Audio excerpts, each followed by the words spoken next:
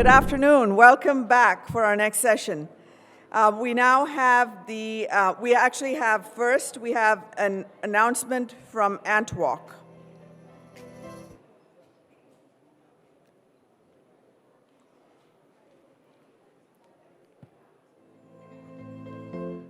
So Antwalk unboxes the future of enterprise learning. They have over 1,000 competencies, 5,000 plus global expert, and an NPS of 80 plus. Antwalk is a GSV portfolio company. Okay, great. Let's launch into our next fireside chat. So this chat is titled The Gates Foundation Leadership on a 4-year and $1.1 billion commitment to exponential change in math instruction. Johs Macht of Harvard, actually now strategic advisor to the Vice Provost, Harvard University, will be talking to Chris Rush of the Gates Foundation and Elizabeth Moore, also of Gates Foundation, about their billion-dollar gambit to make an exponential change in how math is taught. In an economy that's becoming increasingly math-dependent, this is an incredible effort to give more kids an opportunity to thrive. Please welcome Johs Macht, Chris Rush, and Elizabeth Moore.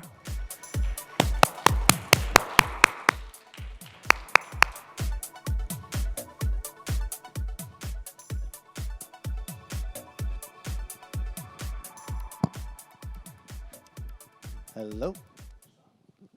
Okay. Wow. We are getting closer and closer to the end.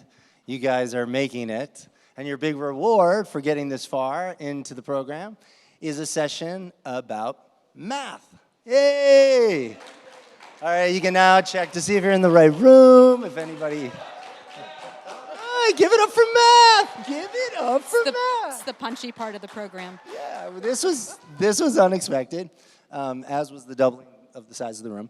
But whether you love it or hate it, I think we can all agree that math is pretty essential to where we're heading with the global economy, for sure, absolutely for sure.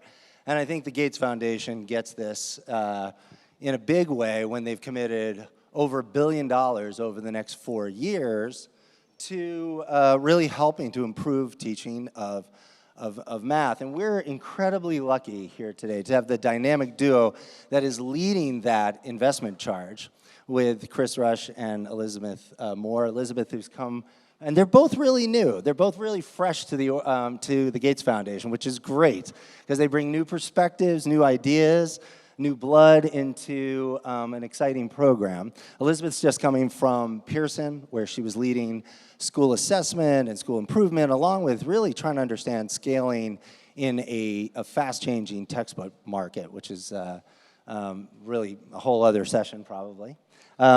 Chris is coming from the government, where he was working as a senior advisor to the Secretary of Improvement and Innovation at the Department of Education, and really focused on U.S. competitiveness issues. But Chris has also a deep background. He's quite really in innovation in the space of personalized learning, and with frameworks like School of One. And School of One was a top Time Magazine Invention of the Year, which I was proud to see because I used to edit that section of Time Magazine a long, long time ago. So I was happy to see that they had covered it. So we're going to dive in with these two on their background. We have a little bit of a rapid session here, I think. So we're going to limit it to our questions here. And we're going to start maybe with you, Elizabeth, on what really drew you to the foundation and to this program in particular. So what you didn't say in my background is I started as a classroom teacher a while ago, pre-Pearson. So, yay for classroom teachers! Woo! It's a very rowdy crowd. This is great. I think they're a little punchy. So, when I learned about the opportunity, after I'd been at Pearson for a while, I'd also done product development there, teacher training here in India also, for another round of applause. Thank you. So professionally and personally, it felt sort of a full circle opportunity, right? Because I started out in the classroom, made this journey in the corporate publishing education sector, and a chance to come back and put all that expertise to work. Wow, that's great. How about you? Yeah, so I don't have the same math background. I used to teach earth sciences. Yay. Nothing for earth science. Nothing for earth science. Environment, the planet, all those Small things. stuff. But if it helps, my dad was a math teacher, my wife was a math teacher, everybody around me was a math teacher, so I'm in the club to some degree. But no, I've been sort of working on this problem for a number of years. The personalized learning approach that I've been taking has been focused on mathematics. I think there's sort of a new groundswell that we need to figure out how to take STEM education, how to be more competitive, not only nationally, but globally, if we're going to solve a number of the world's problems. And the fact that the Gates Foundation was shifting their strategy to focus on this space, it just made a lot of sense to try to connect and sort of give it the best shot we can. And we're feeling pumped. Yeah, so talk a little bit more about what really is the problem you're trying to solve, and maybe is $1 billion enough? Sure. In short, $1 billion, of course, is not enough to just solve the world's problem around math education, but it is enough to really change the game and influence others so that there's a larger pot of money trying to tackle this problem. And in reality, this is a 10-year strategy that we're actually focused on, and we're going to spend $1 billion in the first 4 years, and then we're going to see what else needs to be spent on that. But the reality is that there are so many challenges in education today all over the world. You all know this very well. And the foundation previously has been trying to tackle all of these problems. It's been a broader play. And I think if you're going to do anything well, sometimes you need to really focus. And it's not saying that math is necessarily more important than anything else out there, but it's a real critical position. It's a real critical thing that's affecting people's lives and can change trajectories. And it's a great foundation to start to change things. And if you anchor in math, there are other things that factor into that, right? You're going to solve other AI challenges and tools that can be applied to other subjects. You're going to solve some classroom behavior. You're going to solve some teacher training practices. There's a lot of other things that sort of ripple out from that space that will be able to then turnkey in some other areas. And I think, so we certainly know that there's a lot of challenges for teachers out there in terms of burnout and what happened through the pandemic. I mean, endless amount. But what are the teachers telling you specifically? And maybe, Elizabeth, you could talk to that. I've been listening really closely over the last couple of days about the challenges that the different entrepreneurs and companies here have been solving for teachers in India. And there's a lot that is similar.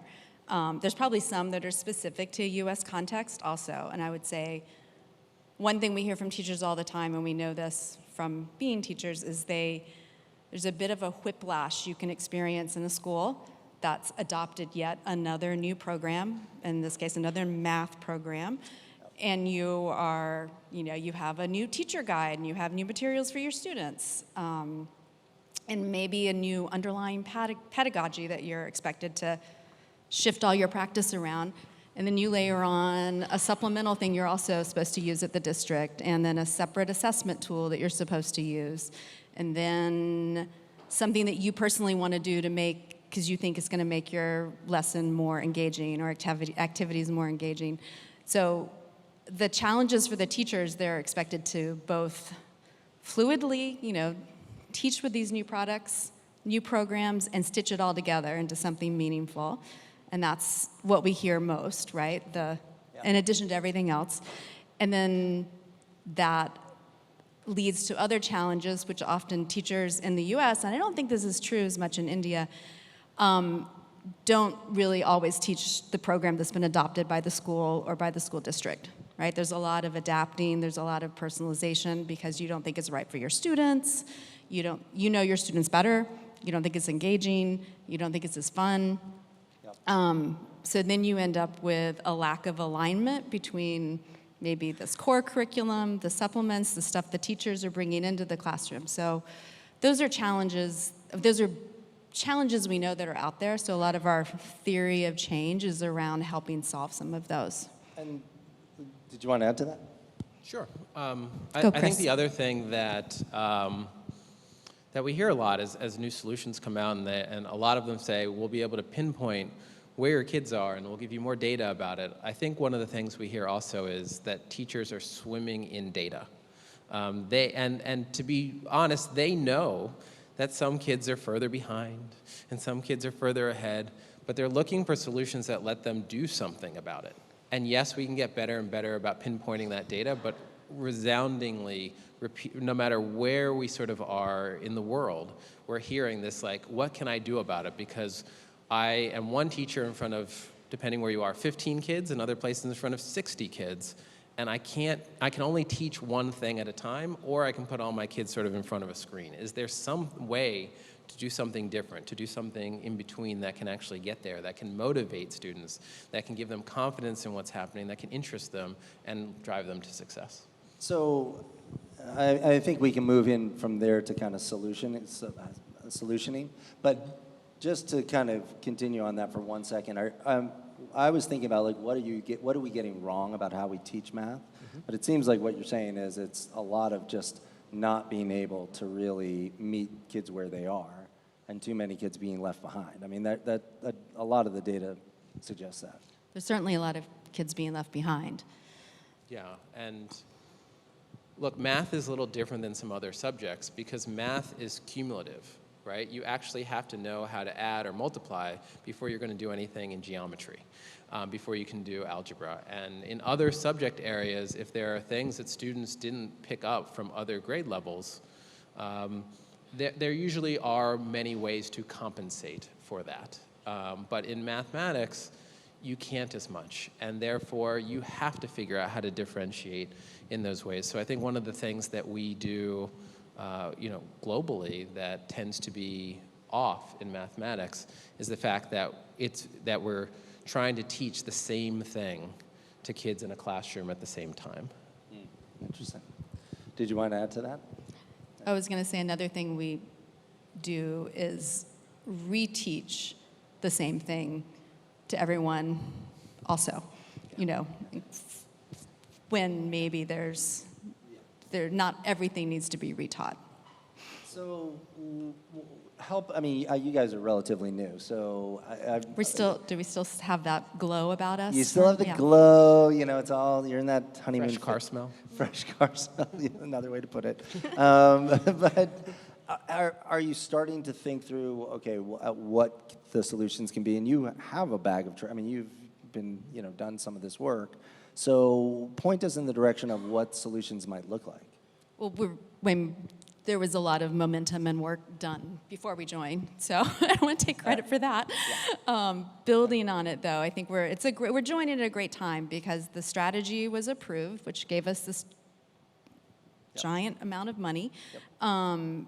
A lot of groundwork has been laid, but it's not buttoned up yet. So I think a lot of the conversations we're having now are around what are some existing hypotheses or in theories around what we could do, and we know these were things that have been working before, investing in instructional material developers and providers who have definitely set a bar of quality and helping them grow and improve their own product and product features, investing in teacher professional learning around math content, around implementing and enacting those products, investing in those coherent systems at the school, like where we were talking about stitching together all the different parts, like making that not such a stitching together effort. So those are part of the theories, but we're still, Chris is R&D, I'm solutions, and we've spent, if you've seen us hold up in any of the little nooks and crannies around here, busy sketching out like what it looks like to move from R&D into solutions and what can be some of our theories of change around that. And to that point, Chris and I were talking earlier about just kind of the theories of design thinking and bringing along your different stakeholders as you innovate and you So talk to us a little bit about how that process unfolds here. Yeah. Well, first off, one of the reasons that we are here today is because really a good idea can come from anywhere. And one of the things about, especially about math education, look, teaching how to add fractions is not going to be that different in India versus the US versus London versus the Ukraine, right? It's going to be very transferable. And there's so much activity and innovation and entrepreneurial spirit here that we want to make sure that we're seeing that, experiencing that, hearing from those spaces, and also figuring out whether or not we need to help contribute to that here and bring it back, or whether or not there are things that we're doing in the US and bring it here. But ultimately, I think one of the things is that for the last, a good deal of history in trying to innovate in education, that innovation has felt like it has happened to people, to teachers, to students, to parents, to communities. And that needs to shift. We need to be far more inclusive in how we innovate and how we do R&D, so that it is not happening to people, but is happening with people. And that we're not saying what people need, but we're hearing what those needs are of other folks and bringing them into that innovation process and that design process to really understand it, to get that buy-in, to work side by side. I think that's going to be key to really solve this as we go forward. Oh, and I was going to say that has been a theme for this conference, too, of everyone I've seen sitting up here with their, companies, right? The user voice, the teacher voice. How do you make sure you're gathering those insights, listening to those insights, having those different voices inform your experience, and I think I've also heard a lot, validating that, testing. Yeah. Don't just assume that the thing you thought was a great idea works. Like, figure out how you're going to measure if it is working and having impact. And I think, go ahead. just one other thing I was going to add. Welcome to a conversation with Chris and I. Look, I think one of the interesting things about developing products and solutions in education is that it's not 100% just about what people like to do, right? It is a little bit of what is good for them. So that can be just, a good analogy here is eating, nutrition. Like, there are plenty of people who like candy and cake, but you also need to eat your vegetables. And I think there's this balance in developing products in education that allow people to enjoy what they're doing, to be motivated to go forward, but sometimes also make sure you're eating your vegetables. No, that's a really good point. And where I was sort of going was, how are you ensuring with the two of you that the new things you create to get people to eat their vegetables or whatever that may be, can be operationalized? It's one thing to innovate and create things, but we all know to commercialize, operationalize, scale, which is your department. How are you thinking about getting to that? It's not exactly like, manufacturing any old thing. Well, and it's not a single strategy either, right? Yep. So we are spending a lot of time thinking about, in the United States, we're very dependent on adoption and procurement to, help a product get in front of students and teachers. So a lot of the strategy is around raising awareness of what quality is, what you should be asking for, what products should be able to tell you about the efficacy of their products, right? So to sort of raising the bar on that. Some of what we do with nonprofits is help, if you're a company and you're doing this great thing, like what is the business model or licensing agreements that might be innovative that can help you be more sustainable, right? So that's another piece of the strategy. Working with communities of practice, of teachers, of school leaders is another part of the strategy.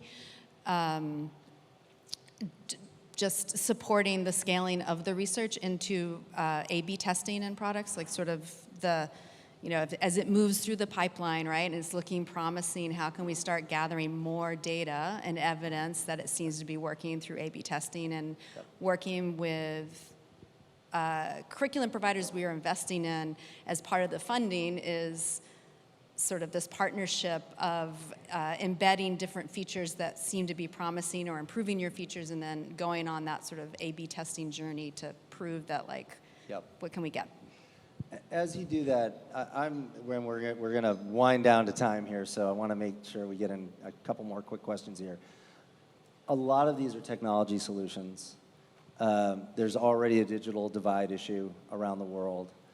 How are you thinking about this? This is meant to be inclusive, and yet there's this tension where technology sometimes really does leave people behind. So how do you think about that, Chris, as you go off and begin this process? Yeah, I mean, the reality is as new things are developed, as new things come out, there is a pattern to adoption curves, and some people will have things first.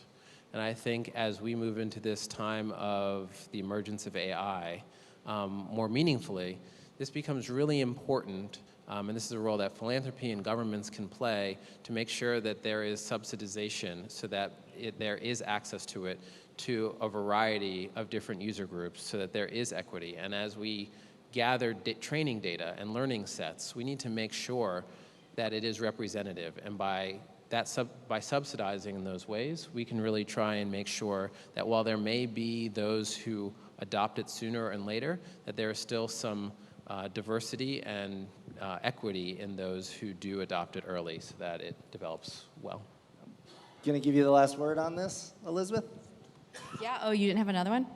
I'm watching the clock. This is Yeah, sort exactly. of dramatic. You up can here. answer. I know, it There's really a does. really big countdown. It's a giant number. It is a little scary, but Yeah, go. I'm actually gonna, even though, I'm gonna add to the front of that is the equity and diversity in the users that are part of the design process, like all the way at the very beginning.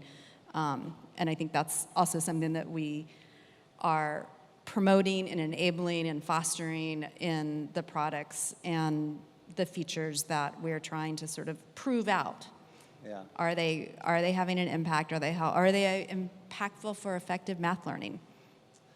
I think we could have gone on and on with a lot more questions. I'm sure people out here have questions too and maybe want to mob you. But let's give it up for math one more time, and we're done. We're out. Thank you. Thank you to the panel. Thank you so much. Thank you, Chris, Elizabeth, and Josh. Thanks.